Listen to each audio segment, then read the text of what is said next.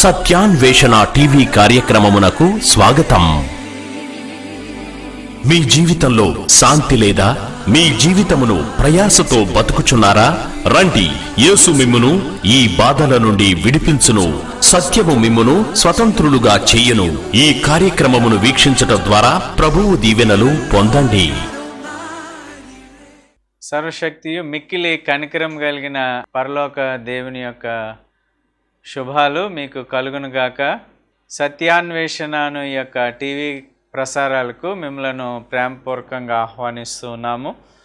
మీరందరూ క్షేమంగా ఉన్నారని, మీరందరూ ప్రభు కృప వలన మీరు మంచి జీవితాలు దేవుడు మీరు జీవించుటకు సహాయం చేస్తున్నారని నమ్ముచున్నాం.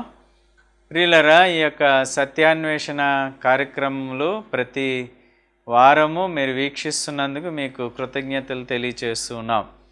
ఈ యొక్క ప్రసారాలు మీకు దీవెనకరంగా ఉన్నవని మీరు భావించినట్లయితే స్క్రీన్ మీద ఉన్నటువంటి మా యొక్క ఫోన్ నెంబర్కి మీరు తెలియపరచగలరు. తద్వారా మేము మీ దీవెనలను బట్టి దేవునికి స్తుతులు చెల్లిస్తూ మరిన్ని కార్యక్రమాలను, మరిన్ని ప్రసారాలను మేము మీకు అందించడానికి మేము ప్రోత్సహింపబడతామని మీరు గుర్తించండి. ఈ యొక్క సమయంలో మనం ప్రార్థన చేసుకొని వాక్య పరిచర్యలోనికి వెళ్దాం. ప్రేమగల తండ్రి, కృపగల దేవ, మీ యొక్క పవిత్ర పరిశుద్ధ నామానికి వందనాలు. ఈ సమయంలో ప్రభువా, ఈ యొక్క ప్రసారాలను వీక్షిస్తున్నటువంటి జనులను అందరినీ మీ చేతులకు అప్పగిస్తున్నాం. ప్రభువా, మీరేనే మా దేవుడవు, మేము మీ ద్వారా పుట్టింపబడిన వారం. ప్రభువా, మీరు మా సృష్టికర్తవు. ప్రభువా, మీ వాక్యం సెలవిస్తున్నట్లు కలిగి ఉన్నదేదియు మీరు లేకుండా కలగలేదు. కనుక మీకు వందనాలు, స్తోత్రములు తండ్రి.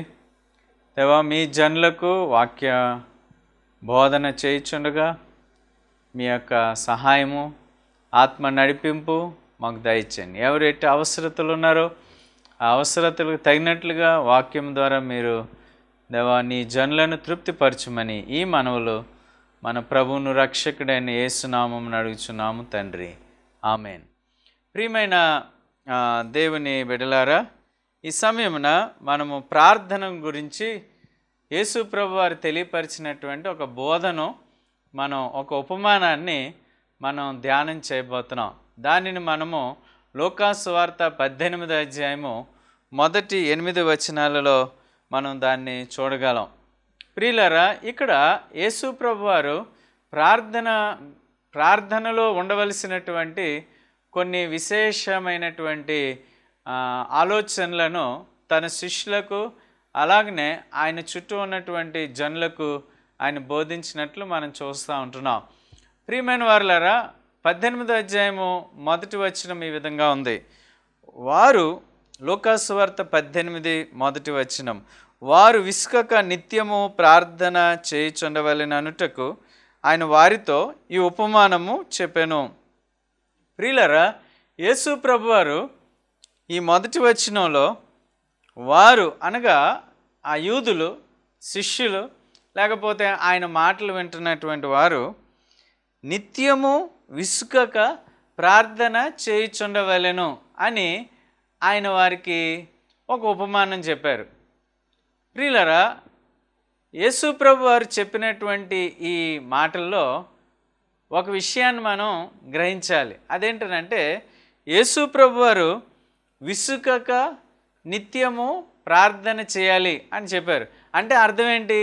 యేసు ప్రభు వారు చెప్పినటువంటి మాటల్లో ఒక సత్యాన్ని మనం గ్రహించాలి. ఆ సత్యం ఏంటనంటే, ప్రార్థన చేస్తున్నప్పుడు కొంతమంది విసుగుపోతారని యేసు ప్రభు వారు చెప్తున్నారు. ప్రార్థన చేస్తున్నప్పుడు కొంతమంది విసుగుపోతారు. యేసు ప్రభు వారు చాలా ప్రాక్టికల్గా ఆయన బోధ చేశారని మనం అర్థం చేసుకోవాలి. ఈ రోజుల్లో ప్రియులారా, చాలామంది ప్రార్థన చేస్తున్నప్పుడు వారు అడుగుతున్నవి, వారు వెతుకుతున్నవి, వారు తట్టుతున్నవి వారికి దొరకకపోతే, వారికి అనుగ్రహింపబడకపోతే విసుకుపోతారు. ఎప్పుడు వస్తుంది విసుగు? ప్రియులారా, చాలామంది ఇలాగ అంటారు, నేను సంవత్సరం నుంచి ఆఫీస్కి తిరుగుతున్నానండి, నాకు రావాల్సిన బెనిఫిట్స్ రావట్లేదు. నేను ఇన్ని సంవత్సరాల నుంచి ప్రార్థన చేస్తున్నానండి, నా కోరిక ప్రభు తీర్చట్లేదు. విసుగు అనేది మానవుని యొక్క సహజ లక్షణం. ఈ రోజుల్లో ప్రియులరా అన్నీ కూడా ఇన్స్టెంట్గా దొరికేస్తున్నాయి. చాలామంది మీరు టైలర్స్ని అడిగితే టైలర్స్ అంటారు మాకు బేరాలు ఎక్కువ రావట్లేదండి. ఎందుకనంటే అందరూ పండగకి ముందు రోజుల్లో వెళ్ళి రెడీమేడ్ బట్టలు కొనేసుకుంటున్నారు. ఇన్స్టెంట్ కర్రీ పాయింట్స్ ఇన్స్టెంట్ ప్రియులరా, రెడీమేడ్ బట్టలు ఇన్స్టెంట్, రెస్టారెంట్స్ ఇన్స్టెంట్. అలాగే చాలామంది మరి దేవుణ్ణి కూడా ఇన్స్టెంట్గా వారి కోరికలు తీర్చేటువంటి, వారి మొక్కులు అనుగ్రహించేటువంటి దేవునిగా చూస్తున్నారు. ఎప్పుడైతే ఒక 2-3 రోజులు ప్రార్థన చేశారో, వారం రోజులు ప్రార్థన చేశారో, నెల రోజులు ప్రార్థన చేశారో, 3 నెలలు, 6 నెలలు, సంవత్సరం ఎంతసేపు ప్రార్థన చేసినా, ఎన్ని రోజులు ప్రార్థన చేసినా మీకు కానీ అది దొరకకపోతే మీకు విసుగొచ్చేస్తుంది. మీకు విసుగొచ్చేసి ప్రార్థన మానేస్తారు. ప్రియులరా, కనుక విసుగుపోవటం, ఏదైనా ఆలస్యమైతే మనకి విసుగుపోతాం. యేసు ప్రభువారు ఈ మానవునిలోని ఈ లక్షణాన్ని గమనించి యేసు ప్రభువారు ఈ మాటలు చెప్పారు. ఏమనంటే, మీరు విసుగక నిత్యము ప్రార్థన చేయుచుండవలెను. నీ విశ్వాసం ఎప్పుడు బయలుపరచబడుతుంది? నీ విశ్వాసాన్ని దేవుడు ఎప్పుడు చూడగలడంటే, నువ్వు విసుగుపోకుండా పదే పదే ఒక విషయాన్ని ప్రార్థన చేస్తూ ఉంటాయి. ప్రియులరా, విసుగు చెందకుండా ఉండటం నీ విశ్వాసానికి రుజువు. విసుగు చెందకుండా ఉండటం నీ విశ్వాసాన్ని బలపరుస్తుంది. నీ విశ్వాసం ఎంత గట్టిగా ఉందో, నీ విశ్వాసం ఎంత బలంగా ఉందో, నీ విశ్వాసము కొండలాగా ఎంత ఎత్తున్నదో దేవుడికి తెలియపరచాలంటే నువ్వు విసుగుపోకూడదు. నువ్వు దేని గురించి ప్రార్థన చేసినా నువ్వు విసిగిపోకూడదు. ఇంకొక విషయం ఏంటంటే ప్రియులరా, ఎవరైతే విసిగిపోతున్నారో మీరు అర్థం చేసుకోవాల్సింది ఏంటంటే, విసిగిపోవటం దేనికి సూచన అంటే అవిశ్వాసానికి సూచన.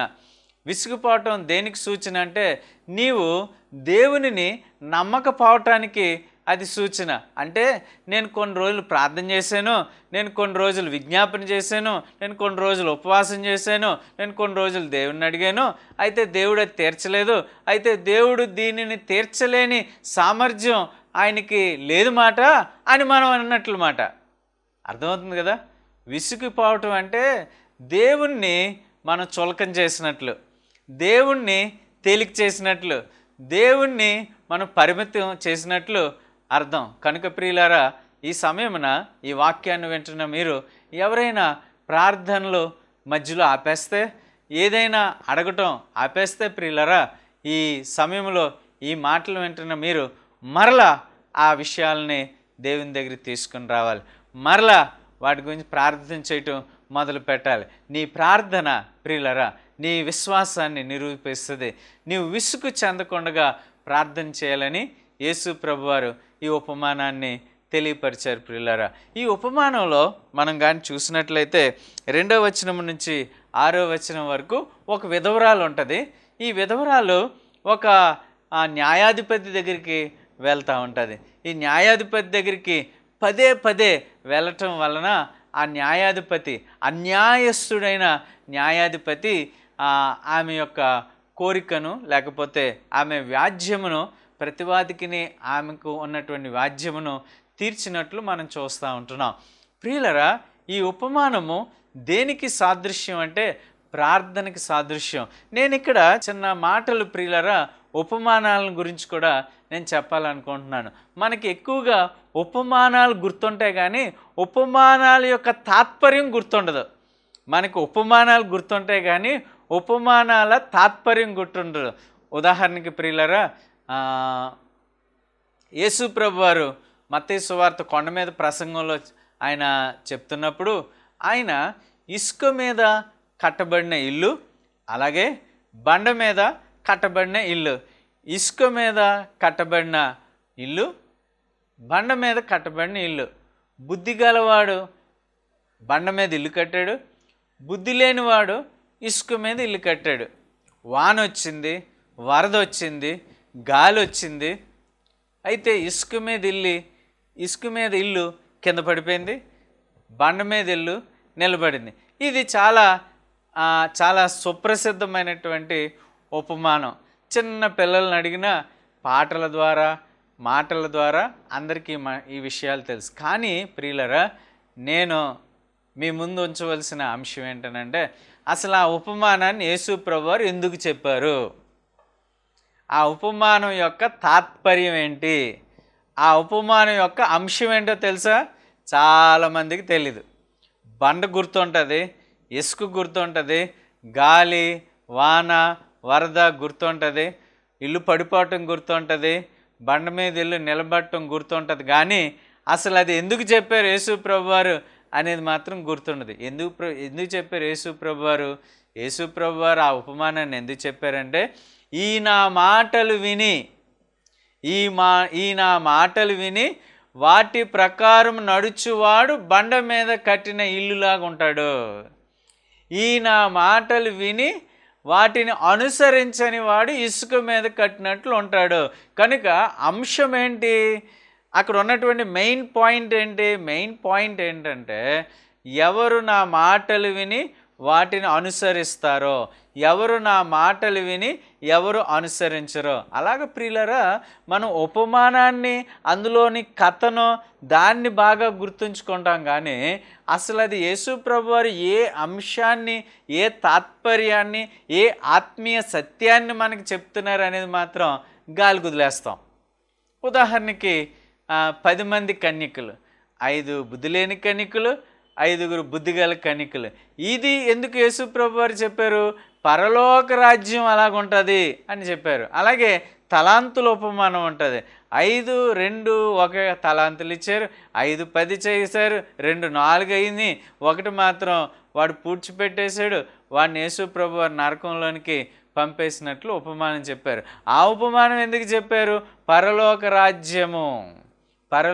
రాజ్యమును అంశంగా బేస్ చేసుకుని చెప్పారు. కనుక ప్రియులరా, ఎవరైనా క్రైస్తవులు మరి ప్రతిరోజు వాక్యం చదువుతున్నట్లయితే, ప్రతి ఆదివారం మందిరానికి వెళ్తున్నట్లయితే, మరి బైబిల్ స్టడీ చేస్తున్నట్లయితే, మనం ఉపమానంలో ఉన్న ఆ కథలను కాదు గుర్తుపెట్టుకోవటం, ఆ కథ ఎందుకు చెప్పారు యేసు ప్రభువారు, ఆ కథలోని సారాంశం ఏంటనేది దాన్ని మనం మన హృదయంలో పెట్టుకోవాలి. దాని ప్రకారం మనం ఈ లోకంలో దేవుని వాక్యాన్ని అనుసరించాలి ప్రియులారా.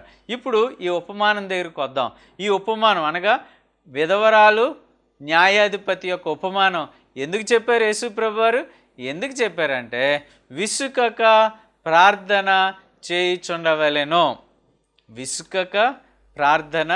చేయుచుండవలెను, అనేటువంటి అంశాన్ని గురించి ఉపమానం చెప్పబడింది 18వ అధ్యాయంలో. ప్రియులారా, మొట్టమొదటిగా ఇక్కడ మనము 2 క్యారెక్టర్స్ని మనం చూస్తున్నాం. ఇక్కడ ఒకటి విధవరాలు ఎవరికి సూచన? విధవరాలు ఎవరికి సాదృశ్యం? మనకి సాదృశ్యం. విధవరాలు ఏ స్థానంలో ఉందంటే మన స్థానంలో ఉంది. అంటే మనం దేవుణ్ణి ప్రార్థన, విజ్ఞాపనలు, యాచనలు మనం చేస్తూ ఉంటాం, కనుక విన్నపాలు చేస్తూ ఉంటాం. కనుక విధవరాలు మరి ఒక క్రైస్తవునికి, ఒక విశ్వాసికి మాదిరిగా లేకపోతే సాదృశ్యంగా ఉంది. న్యాయాధిపతి ఎవరికి సాదృశ్యంగా ఉన్నారు? న్యాయాధిపతి ఎవరికి సాదృశ్యంగా ఉన్నారంటే దేవునికి సాదృశ్యంగా ఉన్నారు. అయితే ప్రియులరా, యేసు ప్రభువారు ఈ ఉపమానం చెప్తున్నప్పుడు ఒక చమత్కారమైనటువంటి మాటను ఉపయోగించారు ఆయన. అది నన్ను చాలా నవ్వుకి గురి చేసింది. అదేంటో చూడండి ప్రియులరా, లూకాసు వార్త 18వ అధ్యాయము 6వ వచనము. అన్యాయస్తుడైన ఆ న్యాయాధిపతి అన్నాడు యేసు ప్రభువారు. అన్యాయస్తుడైన న్యాయాధిపతి. న్యాయాధిపతి అంటే న్యాయంగా ఉండాలి కదా. న్యాయాధిపతి అంటే న్యాయం తీర్చువాడు, న్యాయము ఇచ్చువాడు, న్యాయానికి అధిపతి న్యాయాధిపతి. అలాంటి న్యాయాధిపతి ముందు యేసు ప్రభువారు వాడిన మాట ఏంటండి? అన్యాయస్తుడు. అసలు అన్యాయస్తుడని న్యాయాధిపతి ఉంటాడా? బాబు, నీకు ఎవరు పుట్టారు అని అంటే ఒక తండ్రిని మగ ఆడ శిశువు అంటాడా? మగ ఆడ శిశువు ఉంటుందా? అయితే మగ శిశువు అన్న ఉంటుంది, ఆడ శిశువు అన్న ఉంటుంది, కానీ మగ ఆడ శిశువు ఉంటుందా? ఇక్కడ అలాగుంది మాట. It is a contradicting statement. అన్యాయస్తుడైన న్యాయాధిపతి. అన్యాయస్తుడు న్యాయాధిపతి అవ్వలేడు, న్యాయాధిపతి అన్యాయస్తుడు అవ్వలేదు. కానీ యేసు ప్రభు వారు చాలా చమత్కారంగా ఈ మాట వాడారు. ఏమని? అన్యాయస్తుడైన న్యాయాధిపతి. ఇది ఇది ఎవరిని సూచిస్తుంది ప్రియులరా? ఇది ఎవరిని సూచిస్తుందంటే, మనం ప్లెయిన్గా కానీ చదివితే అన్యాయస్తుడైన న్యాయాధిపతి ఎవరి స్థానంలో ఉన్నాడు? దేవుని స్థానంలో ఉన్నాడు. దేవుని స్థానంలో ఉన్నాడు. ప్రియులరా, దీన్ని మనం ఎలా అర్థం చేసుకోవాలి? మరి దేవుడు అన్యాయస్తుడా? కాదు కదా, ఆయన న్యాయాధిపతి. ప్రియులరా, ఏం జరుగుతుందంటే ఆనాటి సమాజంలో we need to understand the culture and the tradition of the juice. యూదుల యొక్క ఆచారాలు లేకపోతే యూదుల యొక్క సంస్కృతి సాంప్రదాయాల్ని మనం అర్థం చేసుకోవాలి.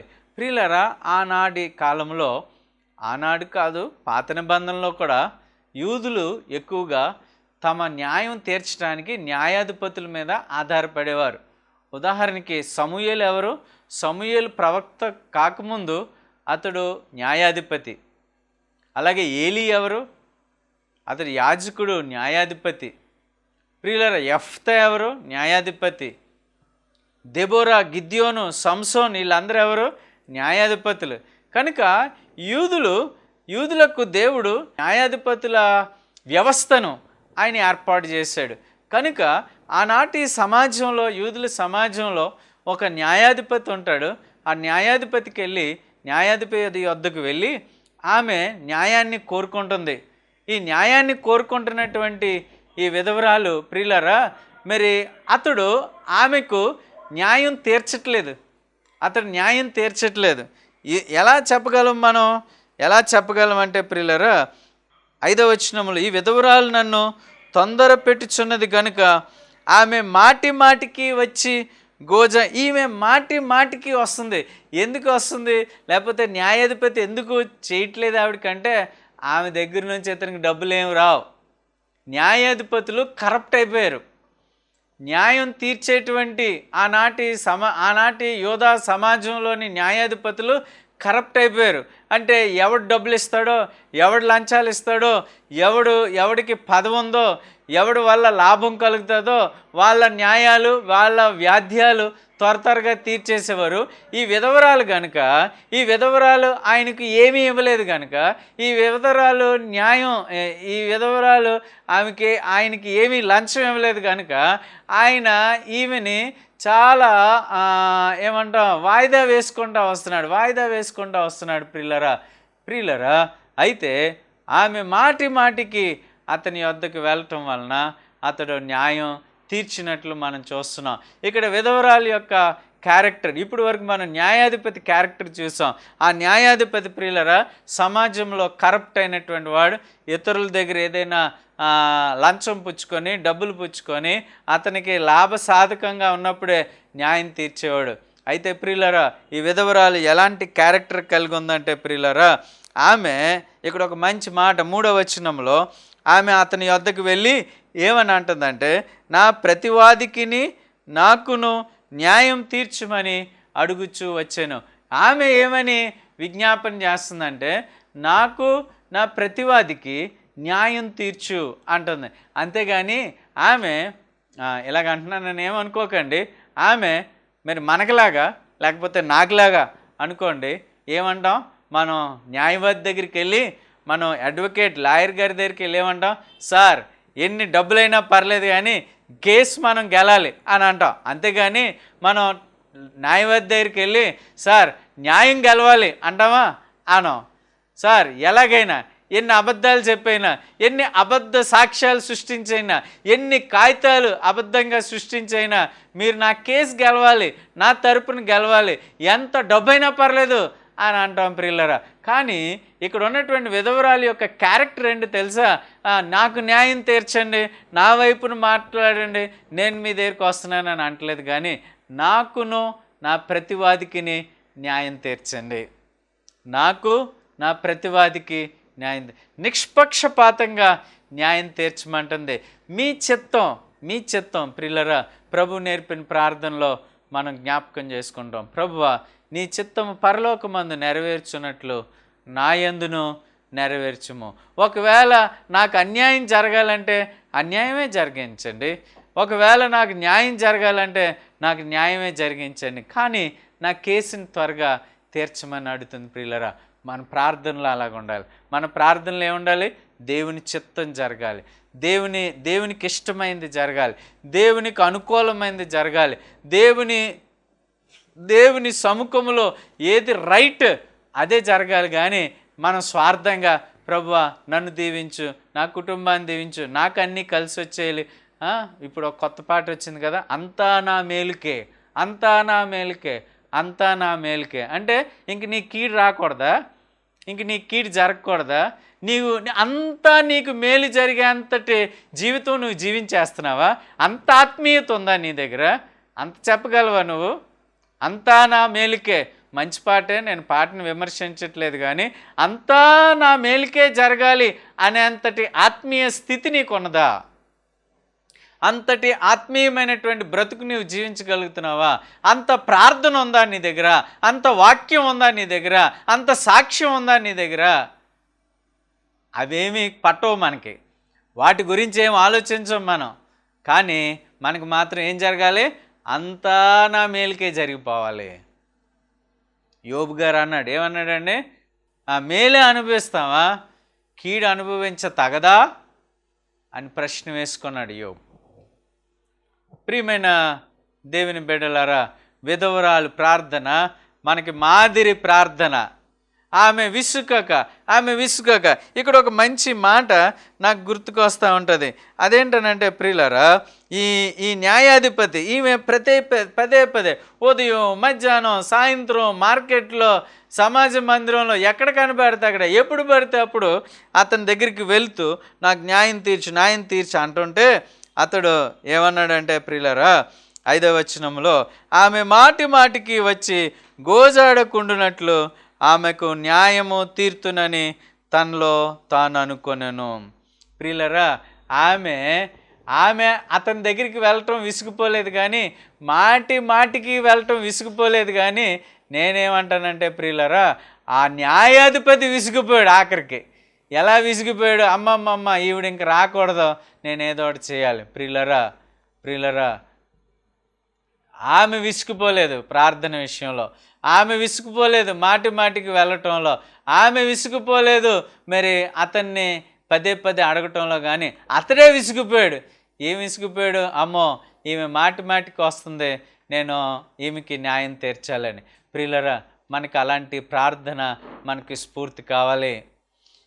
ప్రభు అంటున్నాడు కదా, దేవుడు తాను ఏర్పరచుకొనిన వారు దివారాత్రములు తను గూర్చి మొరపెట్టుకొనిచుండగా వారికి ఒక అన్యాయస్తుడైన న్యాయాధిపతే ఒక విధవరాలి యొక్క ప్రార్థనకు, ఒక విధవరాలి యొక్క విన్నపాలకు ఇంకా ఈమెని ఎలాగోలాగా ఈమెని సాటిస్ఫై చేయాలని న్యాయం తీర్చినప్పుడు, న్యాయాధిపతి అయిన దేవుడు, రాజుల రాజు, ప్రభుల ప్రభుడైనటువంటి ఆ దేవాది దేవుడు మనకి న్యాయం తీర్చడండి, తప్పక తీరుస్తాడు. కానీ నువ్వు చేయవలసింది విసుకక ప్రార్థన చేయాలి. నువ్వు దేన్నైనా విడిచిపెట్టావా, ఇంక ఇది అవ్వదు అంటున్నావా, అంటే దేవునికి అవ్వనిది ఏదైనా ఉంటుందా?